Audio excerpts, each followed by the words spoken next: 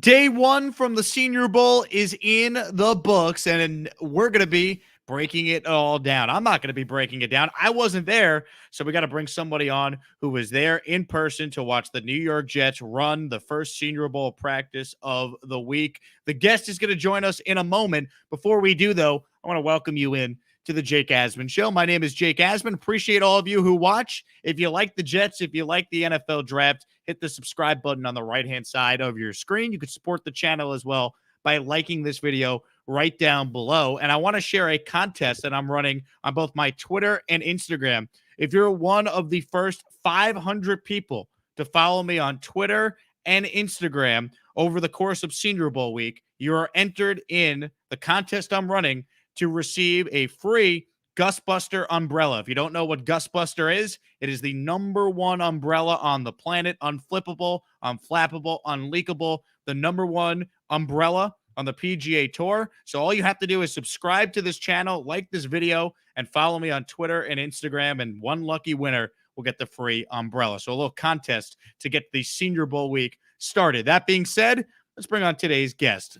He is one of my favorites. He's been on my radio show a ton over the years. When it comes to NFL draft coverage, he's as good as any. We bring on the great Russell Brown, who joins us live from Mobile, Alabama. Russell, I want to tout your accomplishments, man. You're a national scout for Cover One. Your podcast, Cover One, NFL Draft Podcast. You've done radio for a long time, and I'm glad we can make this happen here on YouTube. What's going on, man?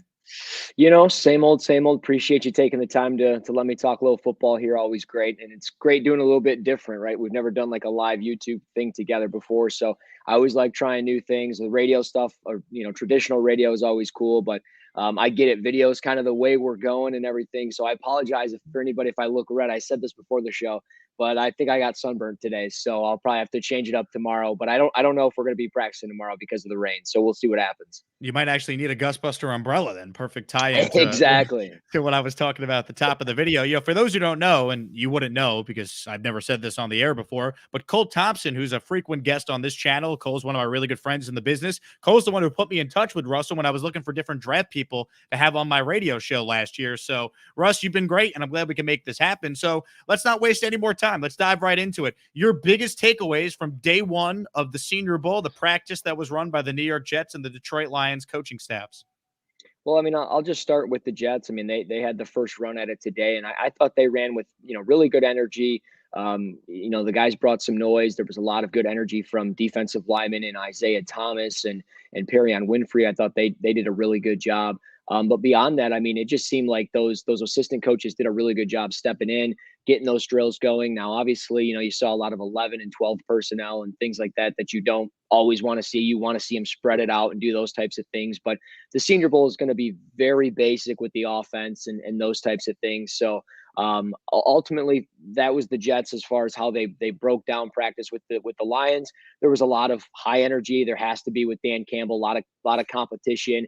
And I mean, it's just it goes to show with that coaching staff. They believe in that energy, that character, that drive that they have. So I mean, from a player perspective, I mean, with the Jets, I'll start from the very top. The guy that I thought could be a big riser was going to be Arnold Ebiketie from Penn State. I thought he had a really good day today. Had a really good pass rush move, and then just from the Lions perspective, and we'll get into obviously I'm sure a lot of other names here, but just to kind of get us going, I mean, from a Lions perspective, guys that stood out as well. I mean, you got to start with Jermaine Johnson, two edge rushers to kind of get us going here on the show. But Jermaine Johnson really yoked up at 6'5", 259. He had a great rep to end the day against Darian Kennard. And I mean, it's if he can carry that into tomorrow, that momentum into the game and throughout the draft process, we could see Jermaine Johnson as a first round pick by the time we get to April. Russ, I got to ask, for those who maybe aren't aware of how the Senior Bowl works, so how does the week kind of progress as we go? Like, what should people be looking at day one into day two? And then obviously the game's on Saturday, and everyone could watch that on the NFL Network. Yeah, so I mean, like I got in on Sunday, so nothing's going on Sunday. And then Monday is just more so getting around town, seeing if you can talk to a couple scouts, which I did end up doing on Monday. But then, Tuesday's kind of like, and Monday's part of the weigh-in as well, but they don't give that to the public anymore. They just kind of do their own thing with that and then just drop it. But, as far as practice goes, they basically go into, stretching to start on Wednesday. some small individual stuff, then getting into team stuff and group stuff. And they break it up, and both teams kind of follow that format. That's, the first 20-30 minutes are kind of just a really big bore because they're going through the fundamentals, and they do that for each practice day. But really the key is when we look at quarterbacks, the first day is it always seems to be tough. And I think it's because they're learning the verbiage, they're figuring out the rhythm with some of these receivers, figuring out the protections and who they can trust and who they can't trust around them, the talent, because they go from, let's say Sam Howell at North Carolina, he goes from playing with all of this talent that he's familiar with for 3-4 years, and then he comes down here and he's playing with guys for the first time. So it's just about finding that rhythm. And I think that's the thing. Like, there's so many people that jump the gun on the first day and go, this guy didn't have it, I didn't like it, and then they write him off completely. And it's like, no, he gets better the next day, and then at the game he becomes the MVP because he has a great week. So it's just really taking it one day at a time and just kind of go from there. And I think that's what these guys try to do. Quarterback wise, that's always going to be a talking point when you get to the Senior Bowl. Yeah. We've seen guys really make a name for themselves at the Senior Bowl. Dave Gettleman came out a couple of years ago and said he fell in full bloom love with Daniel Jones after watching him at the Senior Bowl. So what did you make of day one from the QBs? And give me a guy that you think has a legitimate chance to play well this week and really increase their draft stock. Well, from everything that I've kind of spoke with people today, Desmond Ridder definitely didn't have the best day.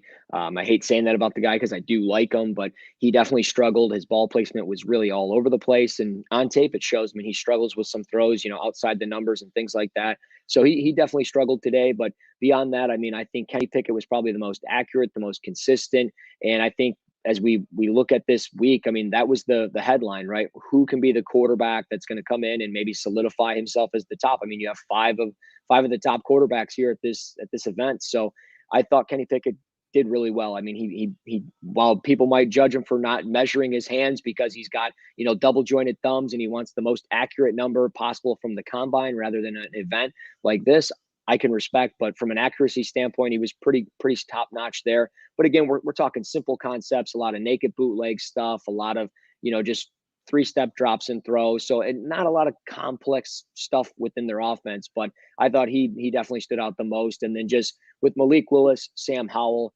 man, I mean, there's a lot of hit and miss there. I mean, I thought Sam Howell hit a lot of easy throws just because they were there. He had a couple opportunities to tuck it and run, and he did well. Same with Malik Willis, but it was like Malik Willis, he'd have, 2 throws where he was like struggling, and then the next 2 throws he was spot on. So if he can find ways to throw touch and become more consistent, I think he can go a long way. So we talked to you about quarterbacks, Russ. We got to talk just generally here. It's day one. A lot could change between now and the game on Saturday. But who are some guys you're looking at and you feel like, all right, this guy's got a legitimate chance to make a lot of people go crazy this week? Yeah, I mean, I think Zion Johnson out of Boston College. I mean, he's getting a lot of praise just through the draft circles here in Mobile, and he's somebody that checked in at 6'2", 314. I took a picture of him on my Twitter page at Russ NFL Draft, a little plug there. But I posted a picture of him, and I mean, he's yoked up. I mean, he's got a really good build to him. It's not like it's 314 pounds that's sloppy or anything, like a really good muscular build to him. And you like to see that. And he has a lot longer arms for a 6'2" offensive lineman. I mean, I think his arms were around 33, 34 inches long. So that's impressive when you talk about a guy that maybe could play 5 positions at the next level. When you watch his tape, kind of reminds me of James Daniels when he was coming out of Iowa a little bit, who went to the Chicago Bears. So I think there's a potential for him that maybe he sneaks into the first round and kind of solidifies himself as maybe a top 30 pick. And I think he could be somebody that just continuously gets better or just plays consistent all week long. And I mean, there's a lot of other names as well. If you want me to go into them, I can. But from a simple radio standpoint, I know one answer is normally good with Zion Johnson. Let me tell you, we got all the time that you have. So if you got more guys, I know my audience is going to eat it up because we can't get enough of this draft content on the channel.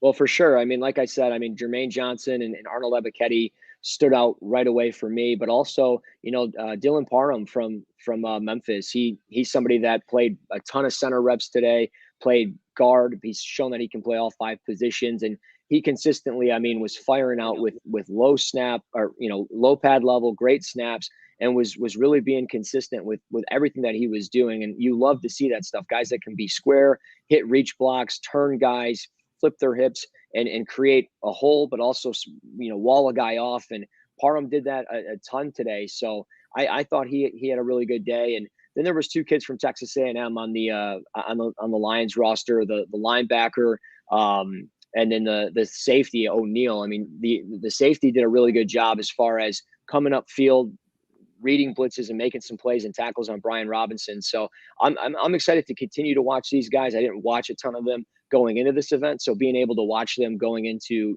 after today, I'm really intrigued by them. So our guy Cole Thompson tagged me in a video of my favorite prospect, maybe in this class, Trey McBride, doing some damage, running some routes. Tight end from a New York Jet perspective is one of their biggest needs. How did the tight ends play, and specifically, how did Trey McBride look to you? I mean, I'm always a big fan of Trey McBride. I think he is the top tight end down here. I think he's the top tight end in this class, and I like his body of work overall. I don't necessarily think he had the best day from a tight end perspective, just because I'll get into another player here in a moment. But I think from an upside perspective, and I sound crazy when I say it, but I think if Trey McBride lands in the right spot, he's got an opportunity to maybe become like a Travis Kelce, maybe a poor man's Travis Kelce, but I like it because of what he does underneath linebackers in coverage. He's so good with those stick routes and crossing patterns, and maybe even like with dig routes and slants and things like that, where I think he can just be very effective. Plus, you get the ball in his hands. He can run after the catch. So I just think from a build, from his overall frame and just his overall body of work over this past season, I think that's just a comparison that sticks out to me. But beyond that, I mean, it's the UCLA tight end for me, Greg Dulcich today. I mean, he was always open. Nobody could cover him. And on tape, he was always kind of that underneath receiver or target for the Bruins. And he looks so smooth running after the catch. So I think, as a blocker, he can get better. And as a lot of us kind of pointed to Isaiah Likely as that vertical threat and somebody that can push vertically up the field, I think Dulcich can be that guy out of UCLA. Russ, give me the breakdown on where this draft is really deep and where this draft is really thin. I've heard mixed things from a variety of different people saying, oh, well, this class is not as good as, previous draft classes. But then I've heard some say, well, maybe you don't have the superstars at the top, but there's a lot of really good players that are still in this draft. What do you make of how this draft is shaping up so far? I love this offensive line group. I really do, from top to bottom. I know, a lot of people might want to point to edge rushers or corners, and that's fine. You do you, but I'm going with offensive linemen. I think the offensive linemen in this class, especially down here, are just so good. I mean, you look at Bernard Raymond from Central Michigan. A lot of people like him. You've seen him mocked in the first round. I think there were times where he opened up his hips a little bit too much and struggled and allow a guy, to get the outside rush on him, and he'll lose that leverage. But beyond him, I mean, you've got his teammate Luke Godeke out of Central Michigan, who, I mean, when you watch like most consistent tape, watching him against Missouri, always getting his hands, in his holster, firing inside, and doing so many different things that you love to see. And I think I love consistency with offensive linemen. I've already kind of mentioned about, Zion Johnson and Parham and stuff like that. But you look at Trevor Penning, I mean, heavy, violent hands, checked in at 6'6", 330.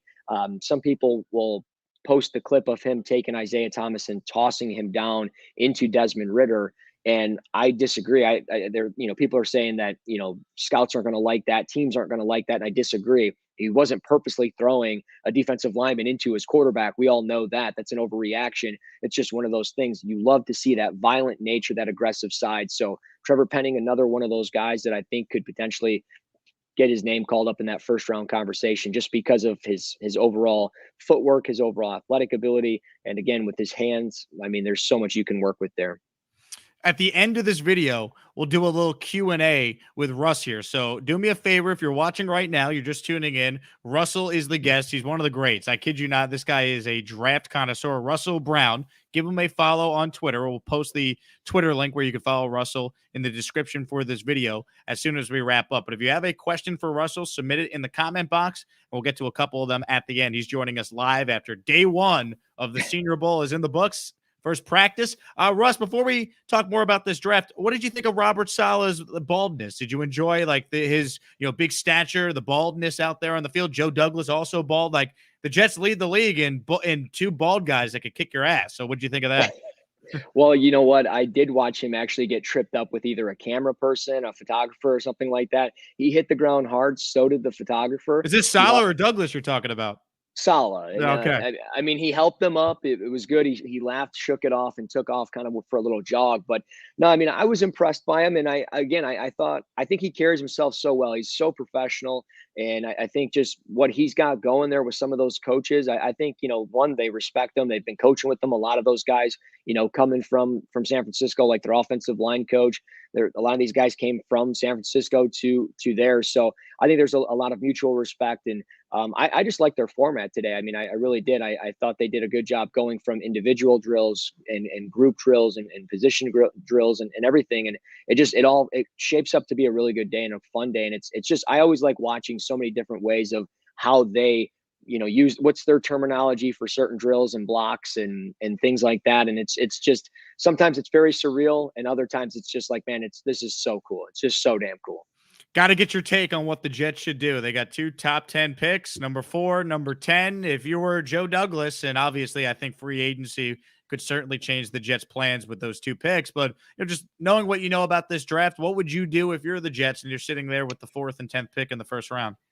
Well, a dream scenario for me would be to grab Ike Ekwonu out of NC State. I love his skill set. I like guys that are nasty. I love that physical demeanor where you're taking guys and you're throwing them to the sidelines, throwing them into the dirt. And I think Ike Ekwonu does it all the time. I know a lot of people say he's a guard. I disagree. I think he can play offensive tackle. But meanwhile, you had Mekhi Becton, and there's some uncertainty there with him getting injured and things like that. So I think you need to start thinking about continuing to add to the offensive line. Elijah Vera Tucker's been nice. So if I can get him at 4, great. If he's off the board or I'm hesitant, maybe I look at Kyle Hamilton if he's there. But a safety at 4, is that a little too rich for some people? Maybe. But my safe pick would be Ike Ekwonu, and that's where I'm going. I'm going safe. And then I might get a little splashy at 10 with David Ojabo. I want to add another edge rusher to this defense. I want to give Robert Saleh a guy that he can mold and really kind of have his way with as far as a pass rusher goes. And I think from a pure pass rushing standpoint, I think David Ojabo is really impressive. And I love what he does. He's got a plethora of pass rush moves, from a spin move, from a long arm. He can kind of put a little blend of speed to power into his game. He's got to become more consistent as far as stopping the run. I think he doesn't fight pressure with pressure too well. He, at times gets turned and gets his hips flipped the wrong direction. And it's just, he gets himself out of plays in the run game. But I think David Ojabo at 10, it might be rich. It might be too sexy for some people. But you think like Chandler Jones, I think it's very comparable there. And I've already kind of talked about him before, but maybe let's have some fun on a what day is it? Monday? What is it? Tuesday? Tuesday. Let's have some fun on a Tuesday. Let's do like a little trade scenario. They go from 10, maybe they trade down to 14 or 15, and the Eagles move up, for example, and they go out and get a splashy receiver or something like that. And you move down and you look at it and you go, hey, you know what? I'm going to take Arnold Ebiketie from Penn State. They get to work with them all week long. I posted some clips on my Twitter of him winning and having some great reps. I think when you talk about lower body flexibility, just a natural pass rusher, that's Ebiketie. And I think Saleh is going to fall in love with this guy. I really do. And maybe they take him at 10. That's rich, but I'm giving you the benefit of the doubt of a trade down there for some fun. So, 2 names you mentioned that have been, very polarizing, draft prospects. Well, really one, and then there's another guy I got to bring up off this player. Kyle Hamilton. Is number 4 too high to take a safety? A lot of Jet fans are very mixed. Also, a lot of Jet fans, let's be real, still have scars after Jamal Adams went 6th overall, and a couple of years into his great start to his career, they end up having to trade him. Yeah, and I kind of figured that was going to be the case, that the Jamal Adams scars are still there, and that's fair. But beyond that, I mean, if you got a player that is as talented as Kyle Hamilton, who I think is as talented as any defensive back in this group, if not the most talented, he's just such a smooth operator back there. He's so calm, cool, collected. I mean, when you think of a quarterback, you want a guy that's poised and under control in the pocket and everything else. You want that smooth operator, that guy that can navigate the entire field. And I think that's what Kyle Hamilton can do. He can play up in the box. He can play single high safety. He closes so well, and he's got the ball skills that you want from a safety. So I love his physical demeanor. I love the leadership that you see from him. I think he'd be a great pick. I know, some people might be weary because of an injury or, again, the safety position just too soon. But if he's the best player and he can make the biggest impact from day one, I think you have to take a guy like that, especially when you have a defense that you gotta play. Miami, well, Tua is not maybe great, but you gotta potentially stop anything that they start building offensively. And then you have Buffalo. I mean, who's to say Buffalo doesn't have one of the best offenses in the league?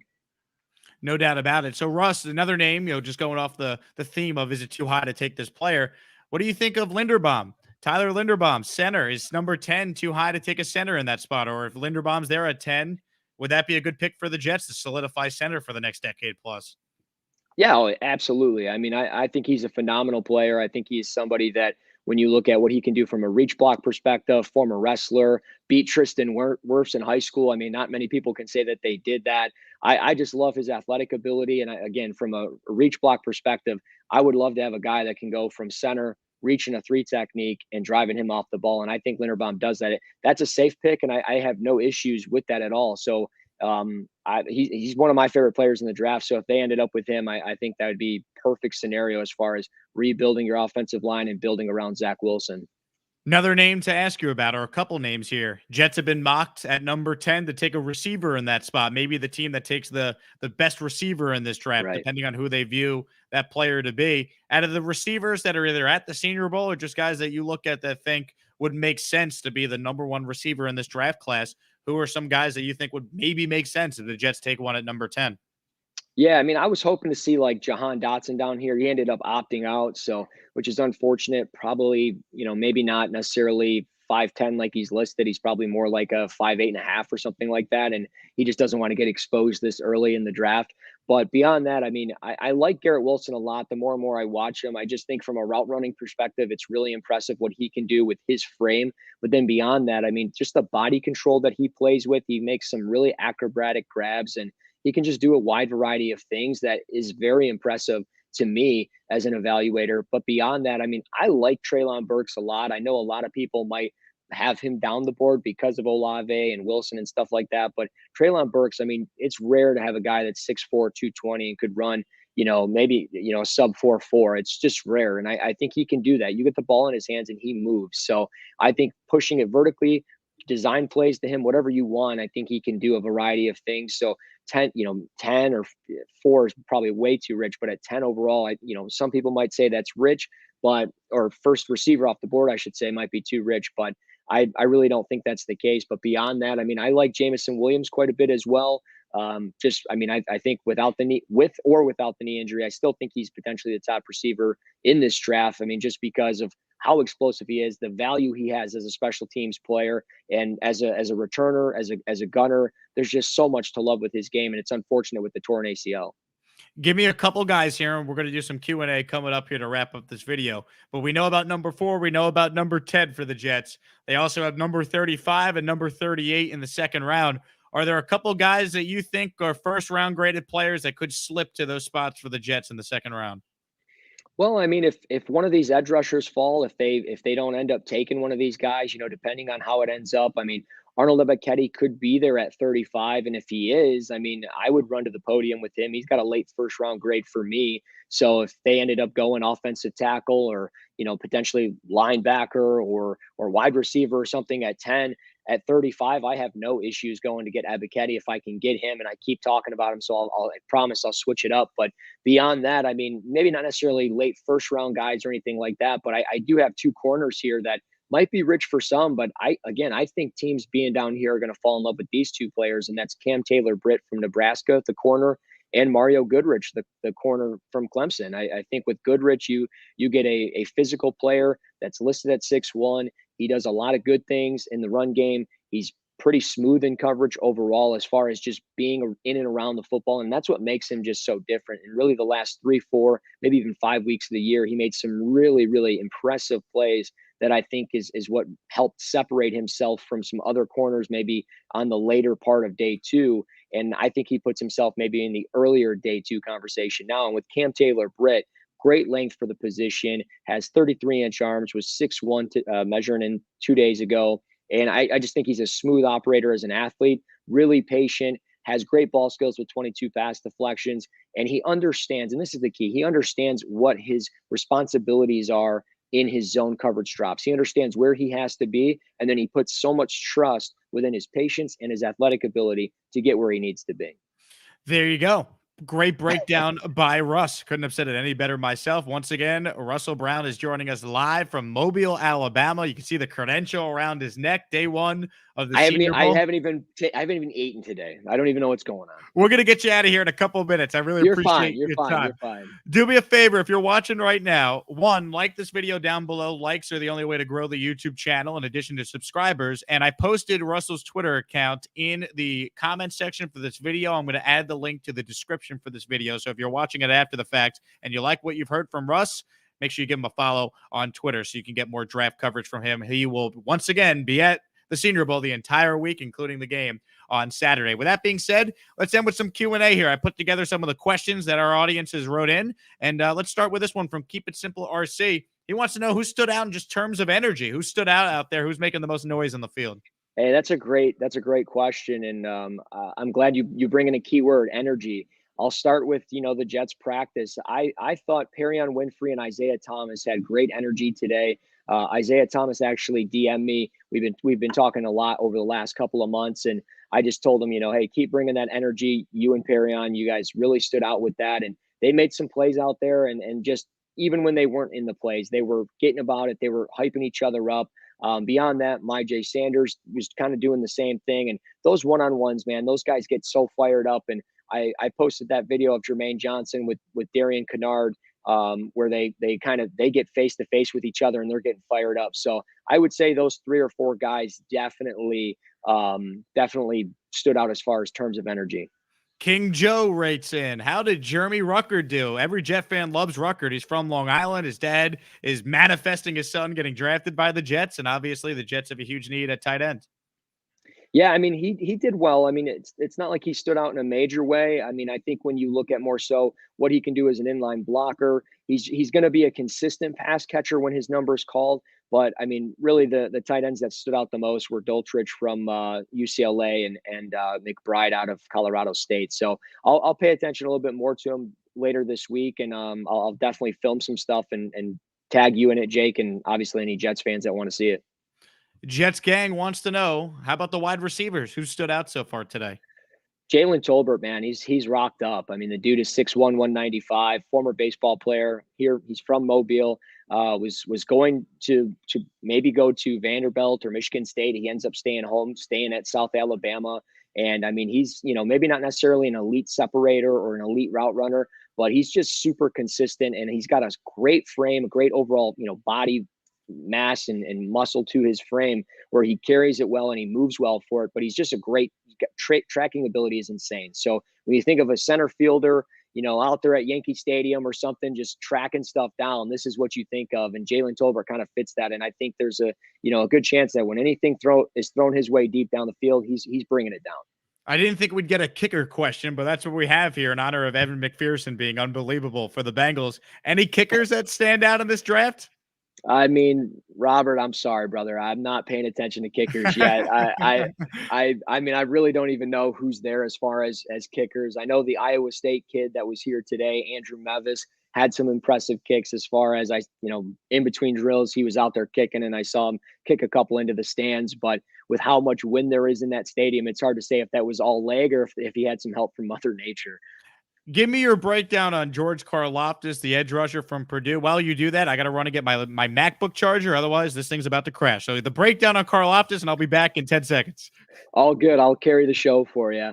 So with George Karloftis, he's one of those guys that has just a natural athletic ability that you don't really see for guys, his size. I mean, he's 6'5", 260, 265, moves really well. And I think from a pass rushing standpoint, he's got this blend of power and speed that's really rare. And again, with the athletic ability off the edge, he can do a variety of things. So Karloftis's range, you'll see from top 15 to top 20 to top 5. So he's kind of all over the place. And I think there's a good chance that we could see him early in the draft, but it's just really who's going to roll the dice on him, because he has to become more consistent in the run game. But I like his length. Again, I like his athletic ability, and that blend of power and speed is really intriguing. And I think when you look at somebody that, and I'm not trying to put a Greek god thing in there because he is from Greece, but when you talk about chiseling something and trying to mold it into something as something great, teams are going to probably roll the dice there on that. And I think that's what makes his upside so intriguing.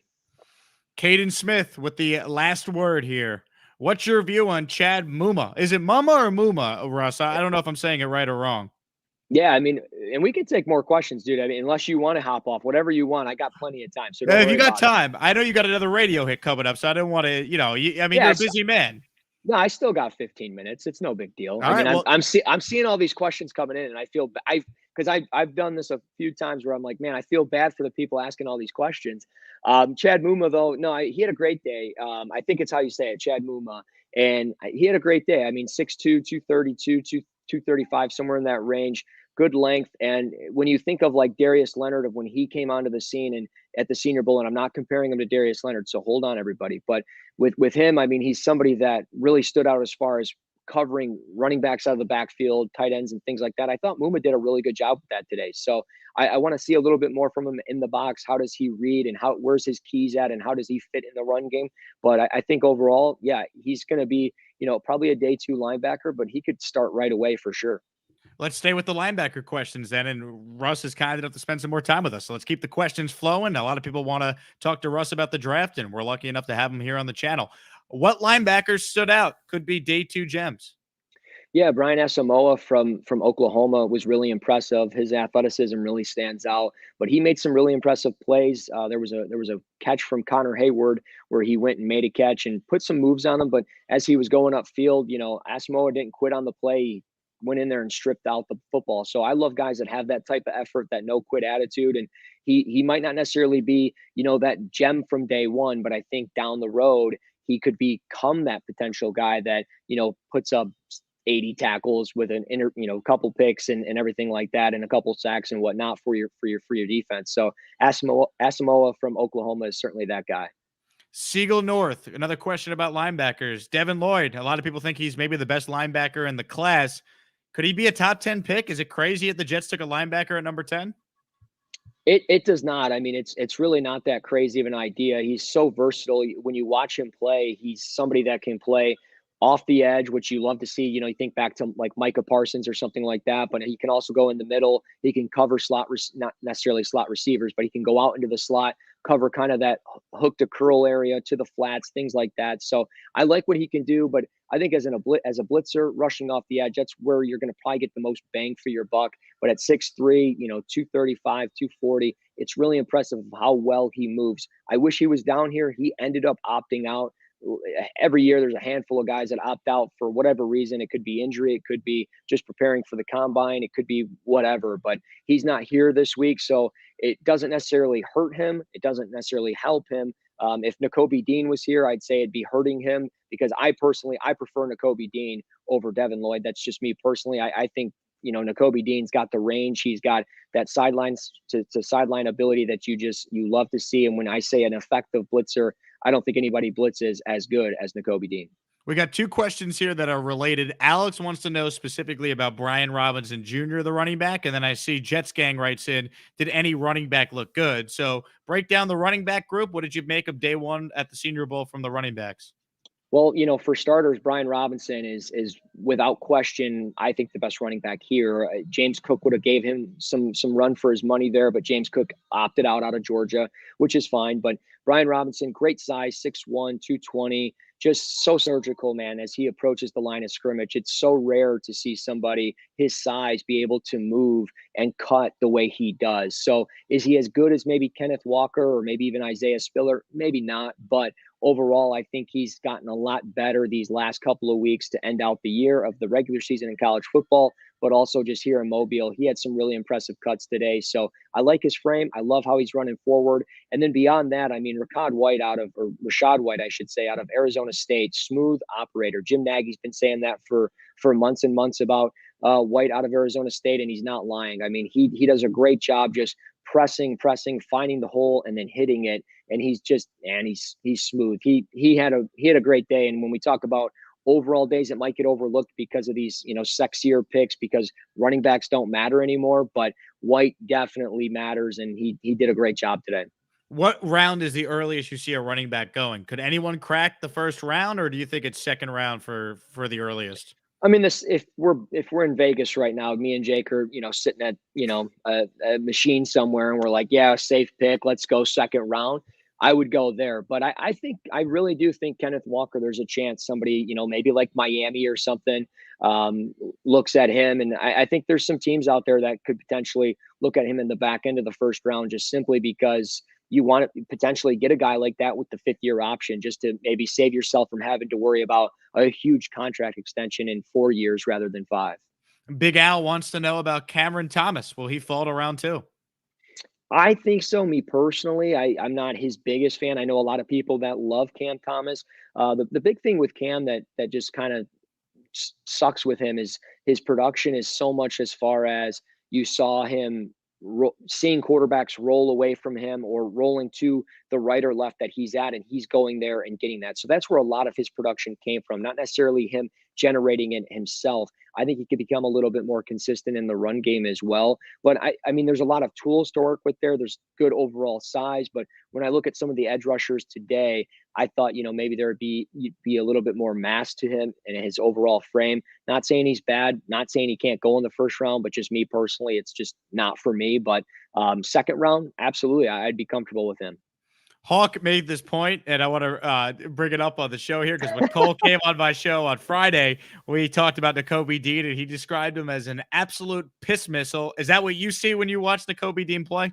Absolutely, man. Just out of a cannon, and he's going. And I actually did like a TikTok on him, because I've been doing that over the last couple of weeks, just breaking down players on TikTok and just having some fun there, just because it's easy to do. What's your TikTok? Tell people where they can follow you. It's the same as my Twitter, at Russ NFL Draft. So it's just cool being able to do that stuff, add music and stuff, and you don't really have to worry about all the copyright stuff that you normally have to do. But no, yeah, he is an absolute piss missile. That's a great way to describe him. Marist Old Boys wants to know anything good from Charlie Kohler, another tight end that could be on the board for the Jets to take. Yeah, he didn't do great as far as separating today. You'd like to see him separate a little bit more, especially at 6'6", but that's what makes him, I guess, kind of different in a way, because he's one of the bigger tight ends here at that 6'6" frame. And he just reminds me so much of like Kyle Rudolph, not going to create a bunch of separation, not going to outrun a bunch of defenders, but he's always catching away from his body. And his frame is just so massive that it makes it tough for defenders to guard him. So I think Kohler could easily be, in that third round range at best, maybe 4th-round range. But again, it wouldn't surprise me if he ended up being like a 5th-round pick or something. But I do like Charlie Kohler a lot, just because he's pretty consistent all the way around the board. This one is an interesting question here from Chris. Do you have an example of someone who looked great in practice or looked great at the Senior Bowl, but it ended up not translating at all to the NFL? Man, I'm trying to think. Like when I think back to previous Senior Bowls, I think back to Deebo Samuel, he's doing great. I'm thinking back to Terry McLaurin, doing great. Leonard, doing great. Man, that's a tough question. It would have to probably be like one of these quarterbacks, just simply because, like, for example, Kyle Aletta won MVP when he was down here and didn't end up, carving out a really significant role as a backup. You look at Ryan Finley, he was down here, didn't necessarily look great, didn't look terrible, but he's not even on an NFL roster anymore. So, I mean, it's probably more so the quarterbacks. You see a lot more misses. A lot of these guys, and I've only been coming down here 4 or 5 years, so some of these guys still getting through that first contract. Mac Jones, he looked pretty good this year, right? He was great at the Senior Bowl last year. I mean, that's a perfect example, because he's hot garbage, and I don't care what anybody says. Hey, look, you're talking to a Jet fan, so I'm all about that. If that's your take, let's run with it. You're not going to hear me challenge you on that one. A couple more for you. Someone asked a question about the quarterbacks again. I think it's worth bringing back up. And not necessarily if one day will change this, but do you see the scenario where one of these quarterbacks, maybe it's Kenny Pickett, who you spoke about at the beginning of this video, could be the guy that teens fall in love with? Like, do we end up seeing a quarterback go in the top 5, or is this one of those rare drafts where we don't see the QBs fly off the board like we've been accustomed to seeing the last, several years? It will be interesting. I mean, if really anything, it would probably be at 4 or 5, just because the Jets or Giants might be interested in just trading down a little bit. I know Jets fans and probably Giants fans don't want to hear that, but I would have to think maybe, just maybe, because somebody wants to get in front of Carolina. If Carolina doesn't add a veteran, like let's say Jimmy Garoppolo or something like that in the offseason, then maybe they're interested in Kenny Pickett, because it seems like they're trying to figure out what quarterback they need to go with, and it doesn't seem like they have it on their roster yet. So maybe it's Kenny Pickett, and he would probably be the only one, but I don't think anybody's going to pay a hefty price tag for any of these QBs. But again, I could be wrong. I don't know what interview questions are being asked and how it looks up on the chalkboard for some of these quarterbacks and teams. So their boards will alter for mine and everything else. Keith wants to know, Russ, who's your team? I believe you don't want to know that. Don't want to know that. I believe you are a proud Lions fan. Yes, I am. I'm not proud about it. I was just born into it. I've lived in Michigan for 30 something years. But no, I mean, yeah, I'm a Lions fan. I got, a fat head of them, their logo up in my basement. I have Stafford's fat head, down in my basement as well. I was down here at the bar with a couple of the coaches yesterday. So, I mean, no big deal. It was cool. But yeah, I'm a fan of the Lions. It's where I'm from. It's just one of those things, you hold out the pride and you try to do the best that you can. Are you rooting? That's why I'm a draft guy. Hey, you're well versed. I'm a Jet fan, man. Believe me, the last 11 years, I haven't seen my team sniff the playoffs, so I totally get it. Are you rooting for Stafford? Are you one of those Lions fans that's all in and wants to see this guy do well? Yeah, I mean, don't get me wrong. It'd be awesome to see the Bengals do it because that gives, myself, probably yourself as a Jets fan, to see your team go through all these years and trends of bad luck and bad losses where you're like, hey, if they can do it, we can do it. But just with I'm such a big Stafford fan. I mean, people have told me I look like him. People say that all the time to me. And I just have watched him for so long where I'm like, man, this guy's awesome. And I wish he could have done it there. And when I was here when he did it. And I was like, man, I kind of got tears in my eyes, not because I was sad or mad or anything. I was just like, that could have potentially been us, but it is what it is. So I'm happy for him. He's worked his ass off to get where he is. Does Hutchinson make it past the Lions at number 2?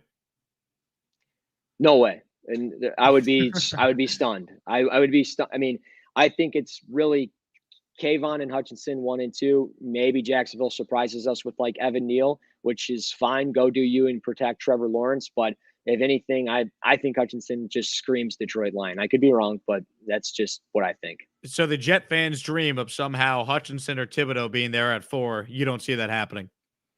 No, I don't think so. I tend to agree with you. Russ, I appreciate it, man. We were only going to go for like 25 minutes. You were willing to stay on for over 40 plus minutes. So really appreciate it, man. One more time, tell people where they can find you. Obviously, your Twitter handle is in your name right there, at Russ NFL Draft. We're going to post the link to the description following this video, but tell people where they can find you. You mentioned TikTok as well. Give people the breakdown on the podcast and everything you have going on with the NFL Draft.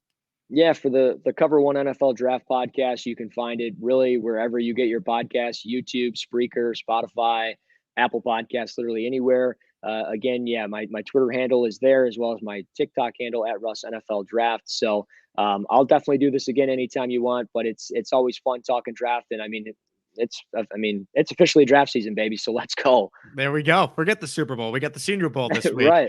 There you go. He's Russell Brown. My name is Jake Asman. Hey, if you like what you saw during the show, then please support the show by liking this video. It's that thumbs up icon right down below. It's free. All you got to do is click it and boom, you've helped the show. You can comment your thoughts afterwards. That helps the show. And if you're a first-time viewer, welcome. And please hit the subscribe button on the right-hand side of your screen. He's Russ. I'm Jake. Thanks for watching the Jake Asman Show. We will have daily videos throughout the week recapping all the action at the Senior Bowl in Mobile, Alabama. Have a good night, everybody. See ya.